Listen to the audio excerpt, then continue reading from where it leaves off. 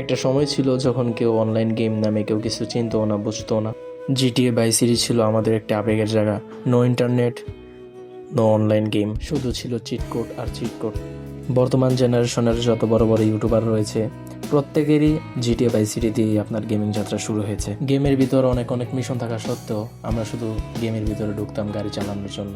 পুরা ম্যাপ শুধু গাড়ি দিয়ে ঘুরতাম। এটাই ছিল আমাদের সেই ছোট্টকালের স্মৃতি। তো অনেকদিন ধরে ইচ্ছে করতেছে, কেন নয়, এখন যেহেতু পিসি আছে গেমটাকে আবার নামিয়ে খেলা যায়। তো কিছু ট্রাস্টেড জায়গা থেকে দেখলাম ভিডিও দেখার পর তারপর গেমটাকে নামানোর প্রসেস শুরু করলাম। বুঝতে পারছি না। হ্যাঁ, আমি তো পাগল হয়ে যাব। আমার কথা শোনো, ওই লোকগুলো এখানেও যে কোনো সময় আসতে পারে এবং আমাকে মেরে ফেলবে। আমি এটা কল্পনাও করিনি, বুঝেছো? আমি কখনো এর জন্য তো গেমটা নামাতে বেশিক্ষণ সময়ও লাগে নাই, কারণ ফার্স্ট ছিল পিসি। তো অনেকদিন পরে যেহেতু গেমটা নামায় একটু খেললাম। আসলে ছোটোবেলার কথাগুলো মনে পড়তেছে যে 2014-15 সালে কীভাবে এই গেমসটা খেলতাম। আর এখন অনেক হায়ার এন্ড গ্রাফিক্সের গেম চলে এসেছে অলরেডি।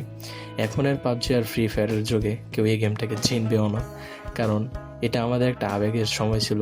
2000 সালে এটার মতো গেম আর এটার মতো গ্রাফিক্স ওয়ালা গেম আর ছিল কিনা আই ডোন্ট নো, আমার আসলে জানা নেই।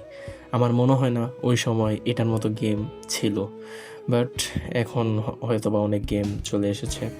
কিন্তু আবেগের জায়গা তো আবেগের জায়গায় হয়। তো আমার মতো কে কে 2025-এ এসে ওই গেমটাকে মনের মতো ভালোবাসো, কমেন্টে জানাতে ভুলবে না। তো আজকে এই পর্যন্তই। টেক কেয়ার, আল্লাহ হাফিজ।